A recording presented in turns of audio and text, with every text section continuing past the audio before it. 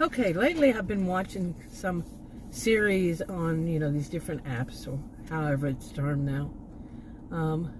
Shows that were from you could say the 2010s, or you could say the 20-teens. 10 being the only one that's not a teen. You got what I'm saying? But I've been watching them, and one of the things that I noticed was that it was still okay for people to size shame. Okay, and they would make fun of people. On some of these, like different episodes, they would do like make a comedy of, say, a man dating a large woman. A woman who's overweight. And they would, I don't use that term that many people would use there. I don't, but they would be doing that to this woman, shaming her. Okay, why do people think that it's okay also not only to do that, but to use a word that is to shame, that is used to shame people who are overweight to obese? The F word, the 3-letter F word. Okay, I don't even want to say it. It's just because somebody who says it is rather disgusting, rather despicable, seriously, who still would use that. And I mean, I'm fairly certain they probably have someone in their family who's, what are the odds these days, who's not okay, large. They probably have somebody who's large, and that you see what I'm saying. But I'm just surprised that I see so much of it when I'm watching these series. And it was so acceptable. But is it now, in the 2020s? Really, is it acceptable? What do you think? I think that still there's a large, okay, that's noisy. Okay, please don't park next to me being noisy, and it's going to do just that. I don't know if you heard that muffler noise, but yeah, the guy backed it up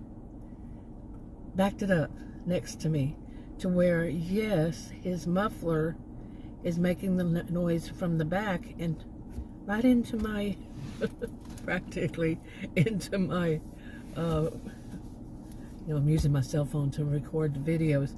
I had to cut it off because it was so loud. I'm not impressed. Not at all. I really am not. But anyway, that's just too much. But, do you know what I mean? Since when? Okay, let me get back on track here. These doctors that I have been to, they're still doing that. And by the way, one of them, when I went to a hospital last year, that was in November, and a nurse there had told me something about, I don't know why she was telling me, I don't remember now, there was so much going on, and she said this about doctor, somebody had said doctor was in a bad mood, and anyway, she used the old term of, the doctor just has poor bedside manner. And I didn't say anything to her then, but it really bothered me. She was a really great nurse. She really was. I'll say that she pretty much stayed with me the whole time. And that was like 5 hours. She was probably trying to get away from the people, the other people, because it seemed like a bit of a hostile working environment to me. And I am a social and behavioral scientist. I was a career student over 20 years. And at the later end of that, when I was doing the graduate work, I worked for doctors and surgeons, mainly surgeons, orthospinal neuro, and I was often the interim office manager. And there would be some people who were so used to being in a hostile working environments that they were like that. It was pathetic, and that rubs off on the patient often because that environment is so hostile. And you can read up on it if you want, if you feel the need to. But there are patients' rights, at least here in the United States, as far as I know. It's everywhere, even in Texas. Yeah, I live in Texas. And the patient has a right to be treated with dignity. Okay? And against harassment and verbal abuse, mental abuse, and so on and so forth. It's in there. Go take a look at it. I would think that they call it EMTALA. The acronym, they would pronounce it as EMTALA. E-M-T-A-L-A, I believe. Could be wrong, but I believe that's what it is. So, of course, you know, just because it's there, it doesn't mean that everybody's going to, you know, the medical system is going to abide, you know, is going to go by that. No, they still try. And I'm one of them. Back in 2023, my body just suddenly started gaining weight, and it gained up to 48 pounds. Man, I was having so much trouble. Yeah, and none of these doctors would connect the dots of why is this happening, which is another thing that they're supposed to do. Okay, the patient deserves to know, have an explanation of what's going on. Nope. I went to so many times. I went to, you know, the ER, and nope. Even Adam was with me one time in the room. He said, "Did they say anything?" And he heard what they said, but he said, "Did they say anything? You're being sarcastic." Nope, because they weren't going to tell me anything. You know, and that's against the rules. Against the law. I think it's a law, isn't it? You know, don't care. Some of them just don't care. So, but anyway, like I said, it's not going to protect anybody. It's supposed to protect people. And one of the things that I think they did, because, you know, that sudden weight gain, is they treated me. I mean, they would even say things to me that is malpractice. It is actually malpractice. Because of my size. Now, I had suddenly gained this weight, and still it's not off. But, and what they were telling me was malpractice. Like I said, the reason for it was basically they were trying to say that it was that I ate my way, that I ate this kind of food, and I'm lazy. No, I'm not lazy, and I didn't eat it. I ate less than most people do. Seriously, I've been doing that since I was a child. I have a rare health condition. I don't mention what it is anymore because some of these people out there want to do something that's illegal also, is to claim that they have a medical condition so they can grift, swindle, e-beg. You get it. So I don't mention it anymore. And yes, they have tried that. Yes. 2 of them that I know of. I don't know if the other ones, but 2 of them, yeah. 1 male, 1 female. Anyway, but these doctors will do this to me. I mean, I will tell them what it is. They will see the facts. They see it. It's there, right, written in there, and they see it in the CT scans. But they will still stigmatize me. Okay, so someone who has had to deal with that and had to deal with it in person, people are still rude. People are still judgmental. You know, I remember when I was younger, because I've had this since I was a child, and I've not been, you know, had suddenly 48 pounds more. I hadn't had, but I still would always be overweight, and this rare health condition causes that. Not me eating; it's this rare health condition. Okay. And I remember I was working at a place, and there was this woman. She was a little, you know, the chubby side. I wouldn't know if I say chubby, but maybe, see, I don't like that word at all myself. Just a little, I don't even know what words to use other than what was old-fashioned, you know, back when I was young, words people use for it. But she was, I remember there was one time people call it pleasantly plump.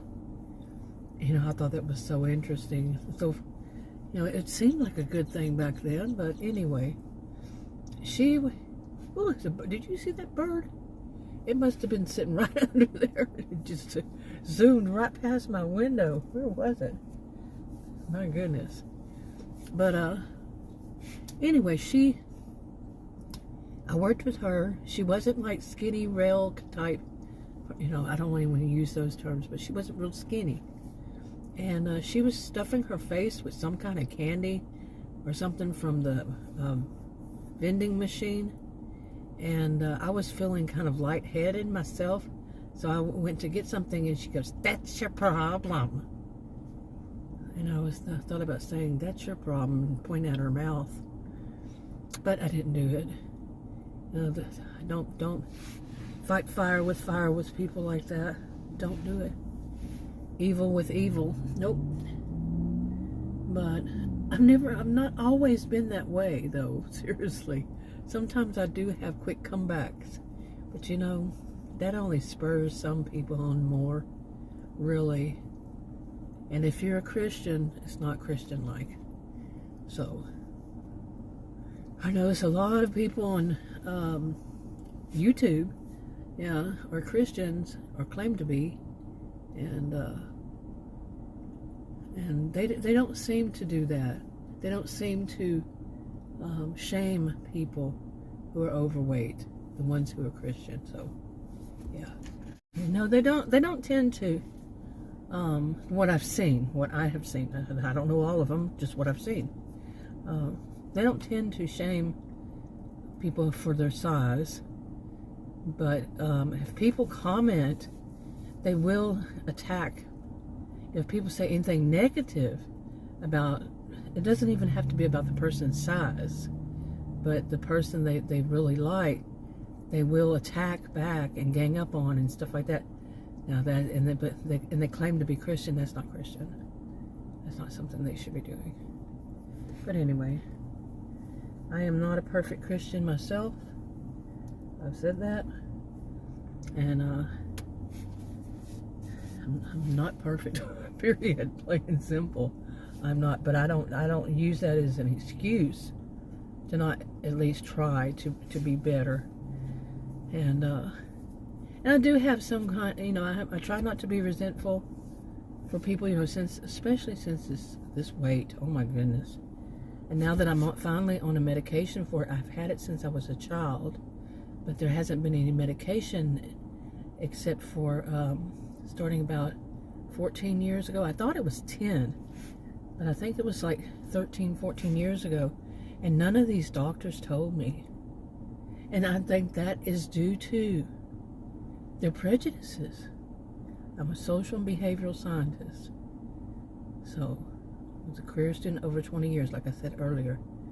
So yeah, I would be one who could say that. I was trained in research. I could say that.